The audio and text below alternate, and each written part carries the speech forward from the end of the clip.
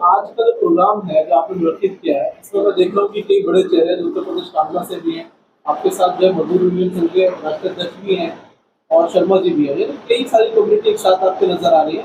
आज के प्रोग्राम के विषय में बताएं तो सबसे मेरा क्या सवाल है।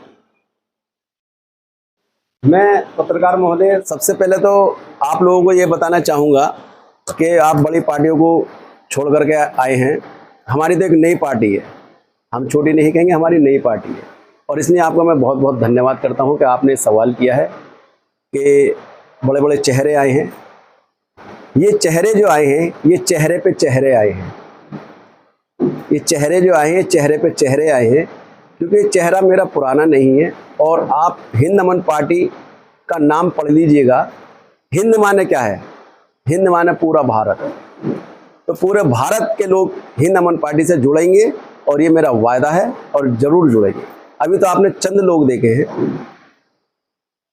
और हिंद अमन पार्टी एक बहुत बड़ा मिशन लेकर के चल रही है। वो भाईचारे का है, वो गरीबी दूर करने का है, वो बेरोजगारी दूर करने का है। वो हमारा मिशन है। सर, जब आप ऑलरेडी जर्नलिज्म कर रहे थे एक लंबे वक्त से और पत्रकारिता अपने आप में देश का एक स्तंभ है, तो ऐसी क्या जरूरत पड़ गई जब पत्रकारिता में फेल हुए और आपको पार्टी बनानी पड़ी, जब पत्रकारिता में नहीं कर पाए और आपको पार्टी बना के वो सारी चीजें करनी पड़ी? ऐसा कौन सा काम है जर्नलिज्म में नहीं हो सकता? देखिएगा, कलम की शाही निकाल ली गई है। अरे ज़्यादा समय पहले से नहीं, कुछ समय पहले ही निकाली गई है। अब कलम खाली चलती रहती है, लिखा हुआ नहीं दिखता। आरटीआई के जवाब नहीं दे रहे ये लोग। कितनी भी हम मेहनत से काम कर लें, जान हथेली पर रख करके कोई स्टिंग कर लें, रिटर्न में कंप्लेंट दे दें, कोई कार्रवाई नहीं है। उल्टा धमकाया जाता है पत्रकारों को। ज़्यादा वो नहीं मानता है तो उसको मरवा दिया जाता है। आप देखिएगा, आपके आए दिन घटनाएं होती रहती हैं। तो हमने ये सोचा कि 30 साल हमने ये पत्रकारिता में लगा दिए, क्यों ना जो बाकी की ज़िंदगी देश की सेवा में लगा दी जाए। और हमने ये देश की सेवा के लिए अपना तन मन धन सब कुछ लगा दिया है। अब हम हिंद अमन पार्टी के लिए लाए हैं, क्योंकि हम जो काम हमारा अधूरा है पत्रकारिता से रह गया था, वो काम अब हम हिंद अमन पार्टी के द्वारा संसद में जाकर करेंगे और एक नए नए संविधान लाएंगे। नए नए लोगों के लिए जो फायदे वाले कानून है वो लेकर के आएंगे और जो फायदा के जिससे लोगों को होगा वो लेकर के आएंगे। तो सर, आपको लगता है आज के वक्त में मौजूदा सत्ता के सामने जहां राहुल गांधी जैसे सांसद की जो है वो सदस्यता भंग कर दी जाती है, उनका रातों रात हाउस छीन लिया जाता है और विपक्ष में अभी भी 99 सीटों के साथ सबसे बड़ी पार्टी है, तो वहां पर आपकी पार्टी सर्वाइव कर पाएगी? समय बताएगा। और आप नाम आपने ले दिया, मैं नाम नहीं लेना चाहता किसी भी, क्योंकि नाम लेने से लोग बड़े हो जाते हैं। और हिंद के आगे कोई बड़ा नहीं है। हिंद के आगे कोई बड़ा नहीं है, सब छोटे हिंद के आगे, क्योंकि सब हिंद के अंदर रह रहे हैं। आप पढ़ लीजिएगा, हिंद अमन पार्टी। हिंद माने पूरा भारत, अमन माने शांति और पार्टी माने संगठन। आप इस नाम को पढ़ लीजिएगा। आप नाम ले लीजिए, आप पक्ष और विपक्ष कहिएगा। पक्ष और विपक्ष एक हैं, मौसेरे मौसेरे भाई हैं। मौसेरे मौसेरे भाई हैं। इल्जाम नहीं लगा रहा हूँ, हकीकत बता रहा हूँ। मौसेरे मौसेरे भाई हैं कि अब के तू ना खा लिया, ठीक है, अब के मुझे चांस दे दे, अब के मैं खा लेता हूँ। ये सब एक ही लोग हैं। अब जो हमारी पार्टी आएगी, ये करके जनता के लिए दिखाएगी। जनता के लिए क्या हुआ? जैसे बड़े एजेंडे बताइए जो ना विपक्ष के पास हो और सरकार के पास, जिन्हें लेकर आप जहन में इस पार्टी को जो है आप ये एजेंडे हम जब बताएंगे, जब हम ताल कटोरा या रामलीला मैदान भरेंगे, जब अपनी हुंकार अपनी पार्टी के अपने सारे भारत के वासियों, भारत के देश और अपने साथियों के साथ एक रामलीला ग्राउंड भरेंगे या ताल कटोरा भरेंगे, जब हम ये सारी बातें बताएंगे। हमारे पास मुद्दे 5 नहीं 500 मुद्दे हैं, जिससे हमसे जनता जुड़ेगी। मीडिया आपको क्या, आप तुम खुद समझ रहे हो अपने आप को? आप अंदर से खुद दुखी दिखाई दे रहे हो। आप तो खुद दुखी दिखाई दे रहे हो। जब तक हम खुशहाली चेहरों पे नहीं ले आएंगे, जब तक हम अपने मुद्दे नहीं बताएंगे, क्योंकि मुद्दे लीकेज हो जाएंगे, सरकार उसी पे काम करने लगेगी। हाँ, तो हम अपने मुद्दे आसानी से नहीं खोलेंगे, मुद्दे खोलेंगे समय आने पर। सर, सारी पार्टियां इतने बड़ी दुखद घटना का ध्रुवीकरण कर रहे हैं। लगातार सोशल मीडिया पे देखा जा रहा है कि कहीं ना कहीं पहलगांव के अंदर जो घटना हुई है, जो वारदात हुई, उस वारदात को लेकर पार्टियां ध्रुवीकरण कर रही हैं, हिंदू मुस्लिम का कार्ड खेल रही है। उसको कैसे देखते हैं और इस घटना को कैसे देखते हैं? वो बहुत ही गंभीर घटना है। देश के लिए एक ऐसी घटना है जिसकी हम निंदा ने बड़े गहरे दिल से करते, क्योंकि ये जिसने भी किया है गलत किया है। वो निर्दोष बेचारे गए थे। आप एक बात बताएं पत्रकार महोदय, आप सवाल ही कर रहे थे, सवाल का जवाब दीजिए। ये तो मेरे भारत के टूरिस्ट थे, मेरा खून थे, मेरे अंग थे, मेरे हाथ पैर थे। अरे आप उनकी बात करिए, विदेशों से आ रहे हैं, वो कहाँ हैं भारत के अंदर?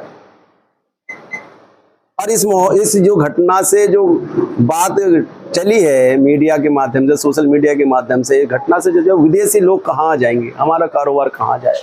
हम अपने घर में अपने टूरिस्टों को मार रहे हैं, बड़े शर्म की बात है। और मैं ये बताइए, वहाँ पे इतने सारे टूरिस्ट थे और वो नालायक हैं मारने वाले, वो आतंकवादी नहीं, बुज़दिल कहता हूँ उन्हें मैं। और हिंद अमन पार्टी ऐसे लोगों का बहिष्कार करती है, और ऐसे लोगों को तो बीच चौराहे पे जब तक मारना चाहिए जब तक उनके प्राण न निकल जाए, जनता के हवाले कर देना चाहिए सरकार। कहाँ सोई थी सरकार? कहाँ सोई थी सरकार? वहाँ पे कोई सुरक्षा कर्मी नहीं था। ये कह रहे, ये कह रहे, मैं वहीं आ रहा हूँ, ये कह रहे हैं कि जी हिंदू भाइयों को क्या नाम है, नाम पूछ कर आधार कार्ड देकर के मारा। 18 हिंदू भाई मरे हैं, जिसमें 7 मुसलमान भाई भी मरे हैं, और 2000 वहाँ पे टूरिस्ट थे। उन 2000 को उतारने वाले कौन थे? सारे मुसलमान भाई थे। तो ये इस देश के अंदर इन्होंने जो भी घिनौना खेल खेला है, पाकिस्तान हो या कोई भी हो, वो गलत कर रहा है। हिंदू मुसलमान न हमारे आपस में बटे हैं, न बट पाएंगे। अंग्रेज चले गए इसी चक्कर में, मुगल चले गए इसी चक्कर में, और भी सब लोग चले जाएंगे। देश ना बटा है, ना बट पाएगा। तो मैं सवाल करना चाहूँगा परिवार जी, मेरा आपसे बड़ा अहम और पहला सवाल ये है कि कैसे देखते हैं हिंद अमन पार्टी को? और क्योंकि आपने बड़े करीब से देखा भी, आपने कहा कि अपने तमाम शब्दों में आपको मौका मिला कि लगभग 15-20 साल से आप जानते हैं, तो क्या फर्क आने वाला है? एक चैनल जो पार्टी बनाता है, चैनल का तजुर्बा की पार्टी बनाने स्थापित करना, क्या बदलाव आ सकता है या कहाँ तक पहुँचेगी? आपका तजुर्बा क्या है?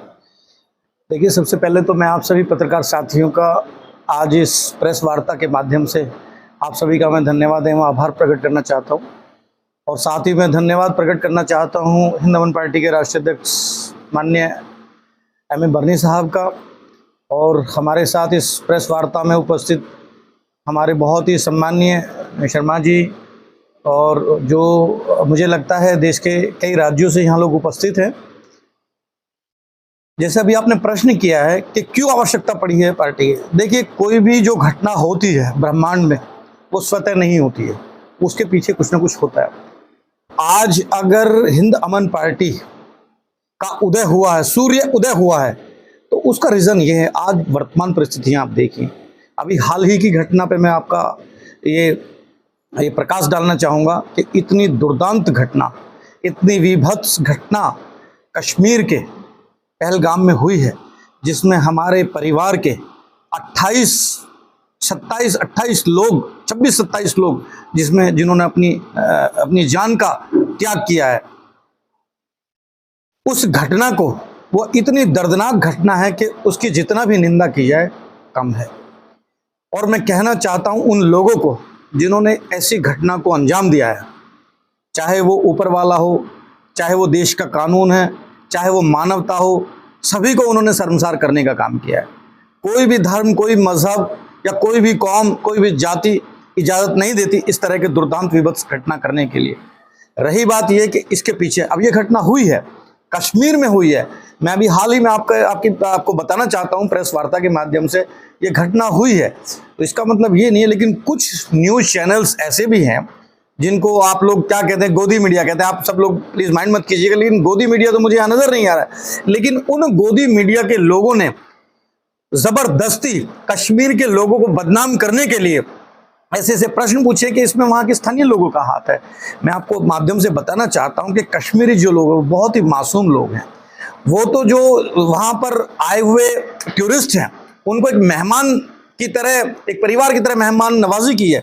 मैंने ये देखा कि उन लोगों ने अपने घरों के अंदर उनको शरण दिया है, अपनी मस्जिदों के अंदर उन्होंने शरण दिया है कि, और इस घटना के बाद वहाँ जितना भी टूरिस्ट था वो बहुत भयभीत हो गया था। और भयभीत होने के उपरांत जो वहाँ के स्थानीय कश्मीरी भाई बहन हैं हमारे, वो उन लोगों को अपने घर में उन्होंने पनाह दी है, उनको खाना खिलाया, और उनको शांत करके उन्होंने कहा कि आप बिल्कुल परेशान मत होइए, निश्चिंत रहिए, अगर आपके पास आपको खाना खाइए, आप रुकिए, और अगर आपको वापस भी जाना तो उसके लिए भी उन्होंने टिकट की व्यवस्था कराई, ट्रेन के लिए, बाय प्लेन के लिए, बाय प्लेन से जाना चाहें उन्होंने व्यवस्था कराई। तो ये मिसाल, ये कोई साधारण मिसाल नहीं है, वहाँ एक मानवता की, इंसानियत की मिसाल कायम की है वहाँ के स्थानीय लोगों ने। वो कौन लोग थे? बड़ी संख्या में most of the Muslim peoples थे, जो वहाँ के स्थानीय कश्मीरी भाई बहन थे, जिनको कुछ गोदी मीडिया के लोग बदनाम करने का काम कर रहे हैं।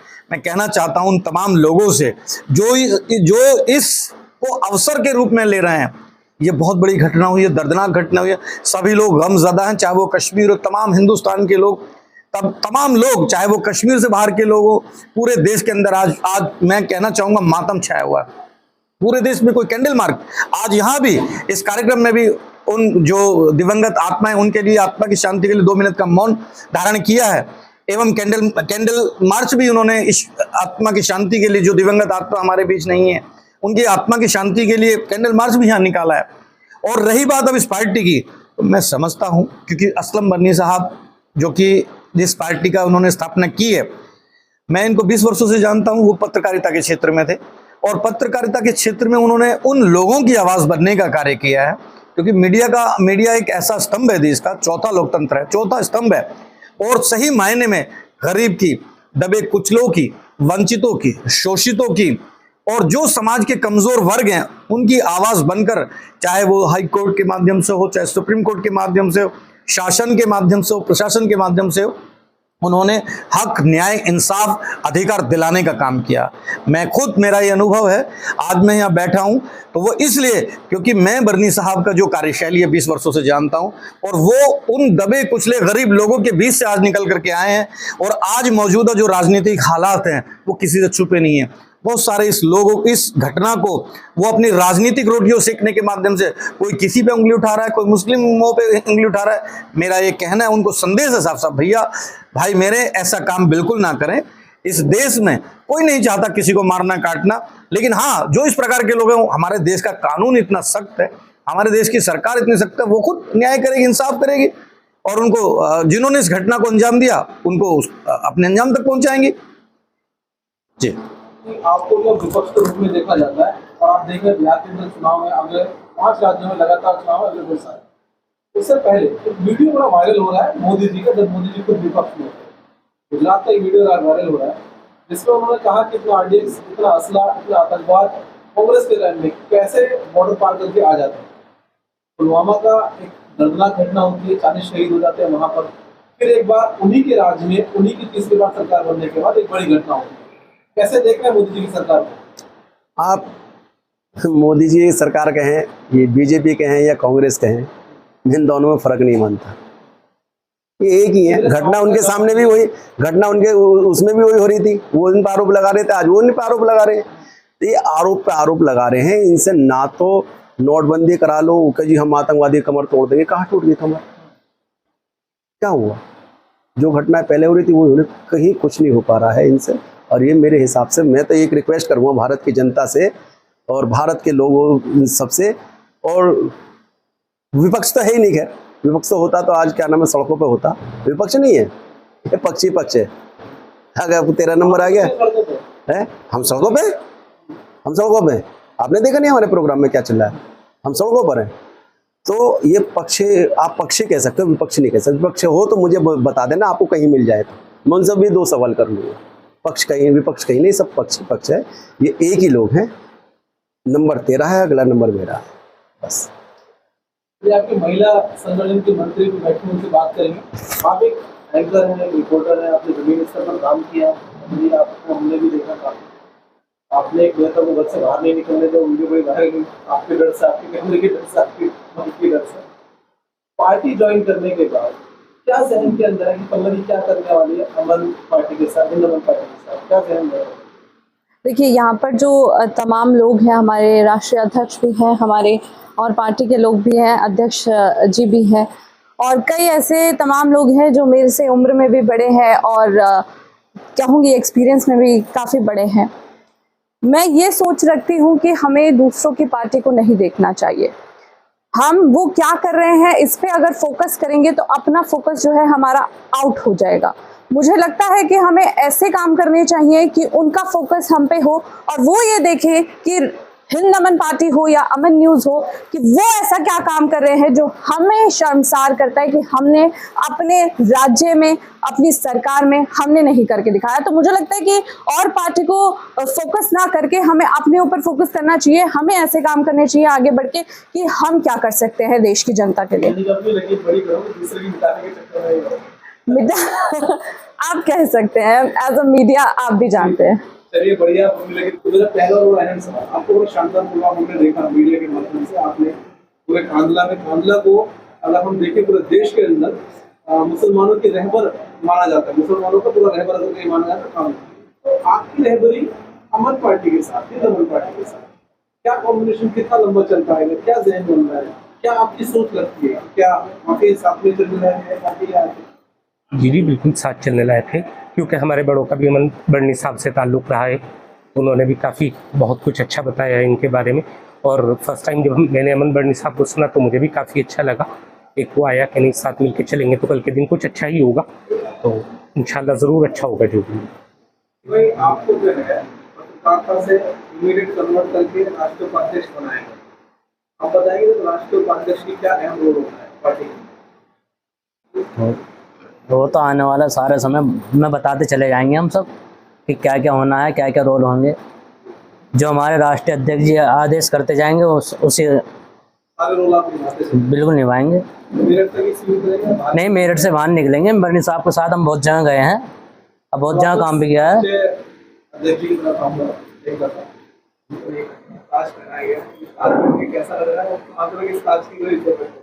देखो जी, ताज पहन के हमें बड़ा गर्व लग रहा है और उम्मीद है कि ताज इंशाल्लाह ऊंचाई तक पहुंचेगा।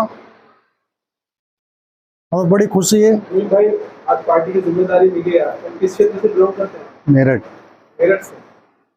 तो क्या सहयोग रहेगा पार्टी का? देखिए सर, मैं तो इतना ही कहूँगा कि जिंदा रहना है तो हालात से डरना कैसा, जंग लाजिम है तो लश्कर नहीं देखे जाते। और हमारे अध्यक्ष जी ने ये हिंद अमन पार्टी का गठन किया है। मैं सभी कार्यकर्ताओं से निवेदन करूंगा, इल्तिजा करूंगा कि ज़मीनी स्तर पर आएँ और मैदान में डटकर सामना करें। इंशाअल्लाह कामयाबी एक दिन हमारे कदम छूएगी। आज के माहौल को लेकर, चुनावों को लेकर, तमाम चीज़ों को लेकर, संगठन के विस्तार को लेकर बहुत सारा दल का भी कभी होगा। 5 साल के जो चुनाव है आपके साथ, क्या कैंडिडेट उतरेंगे बिहार के चुनाव में? मैं आपको एक जानकारी दे दूं, हिंद अमन पार्टी कोई भी ऐसा चुनाव नहीं छोड़ेगी जो न लड़ेगी। सारे चुनाव लड़ेगी, और लड़ेगी नहीं लड़ाएगी। उनको लड़ाएगी जो बड़ी पार्टियों से जो पोस्टर चिपकवा लेते हैं, पैसा खर्च करा लेते हैं और आखिर में टिकट उनका नहीं देते। वो बेचारे न घर के रहते हैं न बाहर के रहते हैं। हिंद अमन पार्टी उनका साथ हर वक्त खड़ी है। वो आएँ और हिंद अमन पार्टी में अपनी मर्जी से अपनी सीट का टिकट ले जाए।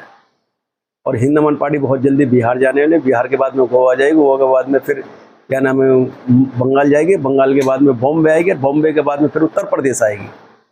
तो हिंद अमन पार्टी ने 5 राज्यों के चुनाव सभी राज्यों में हम काम करने वाले हैं और काम कर रहे हैं। दिखने वाले हैं। मैं बस